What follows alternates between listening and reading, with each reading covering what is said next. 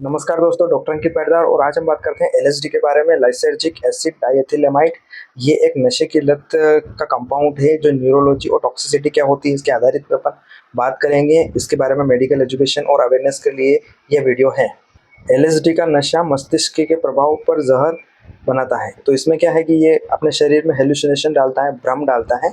ये खतरनाक psychedelic drug है। इसको एलएसडी के बारे में, ये एलएसडी है जो दिखाता है हमें रंगीन चीज़ें, हमें दिखाता है, हमारे मस्तिष्क को तोड़ने लग जाता है धीरे धीरे। एलएसडी को लोग एसिड या ट्रिप्स के नाम से जानते हैं। इसकी एक बूंद दिमाग की रसायन दुनिया को हिला के रख देती है।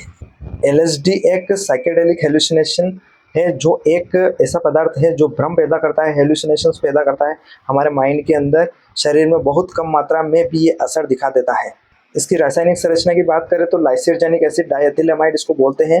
बनाया गया है क्लेविसेप्ट परपुरा नामक फूंफन से इसको बनाते हैं।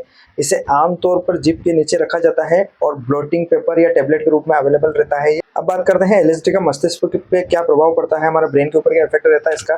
तो ये सेंट्रल नर्वस सिस्टम को अफेक्ट करता है, खासकर सेरोटोनिन जो हार्मोन्स रहते हैं 5-HT2 रिसेप्टर्स पे अफेक्ट होता है और हेलुसिनेशन क्रिएट करता है। तो क्या है कि जो चीज़ें हम देखते हैं असल में वो चीज़ें नहीं होती है। इसमें साइनेस्थेसिया की कंडीशन भी होती है, जो आवाज़ों के रंग हमें दिखाई देने लग जाते हैं और रंगों की आवाज़ हमें सुनाई देने लग जाती है।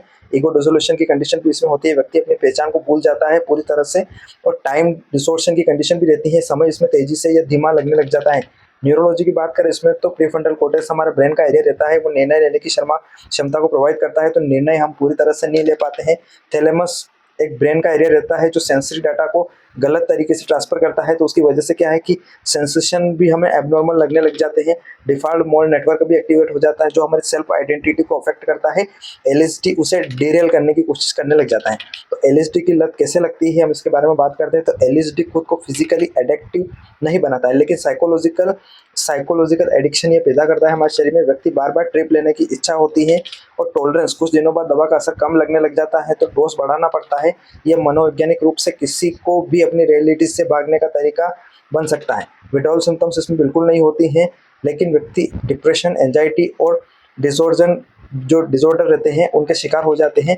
एलएसडी टॉक्सिसिटी और साइड इफेक्ट के बारे में बात करते हैं तो एलएसडी माइक्रोडोज ड्रग है, लेकिन इसकी एक भी ज़्यादा मात्रा खतरा बन सकती है।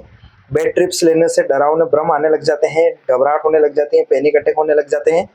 फ्लैशबैक्स की बात करें इसमें तो हफ्तों के बाद में अचानक भ्रम दोबारा पैदा होने लग जाते हैं। साइकोसिस की कंडीशन, इसमें क्या है कि वास्तविकता से अपन दूर चले जाते हैं। वियोलेंट बिहेवियर भी होने लग जाता है, आत्महत्या या दूसरों को नुकसान पहुंचाने का खतरा भी इसमें बढ़ा रहता है। सेवियर वैसे कंस्ट्रक्शन की कंडीशन इसमें बन जाती है, जिससे हमारी रक्त वाहिका रहती है उनका संकुचन, टिश्यू नेक्रोसिस की कंडीशन भी इसमें बन जाती है।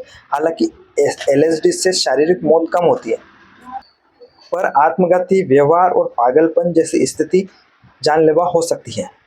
डायग्नोसिस और डिटेक्शन के बारे में बात करते हैं तो एलएसडी का पता लगाने के लिए आसान नहीं होता है, क्योंकि खून में अवेलेबल नहीं रहता है, कुछ टाइम के लिए अवेलेबल रहता है। ये यूरिन टेस्ट में 2 से 3 दिन तक रहता है। हेयर टेस्ट के अंदर 90 डेज तक रहता है ये।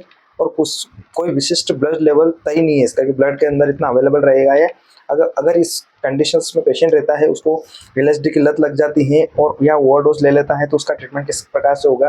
तो एलएसडी का पहली बात तो कोई एंटीडोट अवेलेबल नहीं है, लेकिन कुछ उपाय है। बेंजोडाइजेपिन्स होती है जो पैनिक अटैक और एंजाइटी के लिए यूज होती है, तो उसको यूज करके अपन पेशेंट को कंट्रोल कर सकते हैं। एंटीसाइकोटिक्स दे सकते हैं क्योंकि साइकोसिस बिहेवियर इसमें हो जाता है, तो वो कंट्रोल करने के लिए। और काम सेटिंग, मरीज को शांत वातावरण में रखेंगे ताकि क्या है उसका मुंह सही होगा। सीबीटी और साइकोथेरेपेटिक इंटरवेंशन इसमें करना रहते हैं ताकि क्या है कि मानसिक निर्भरता पे जो एडिक्टिव बिहेवियर है पेशेंट का एलएसडी के ऊपर, वो कम किया जा सके। अब बचाव और जागरूकता की इसमें बात करें तो एलएसडी का उपयोग युवा वर्ग में मजे के लिए बढ़ा है। सोशल मीडिया और पार्टी कल्चर में इसका प्रमुख कारण है। बच्चों और युवाओं में मेंटल हेल्थ एजुकेशन जरूरी है। इसमें स्कूल कॉलेज में काउंसलिंग सर्विसेज होना चाहिए। एलएसडी एक ऐसा ड्रग है जो भ्रम और जादू की दुनिया का वादा करता है, लेकिन बदले में आपके मस्तिष्क को स्थायी रूप से बदल देता है।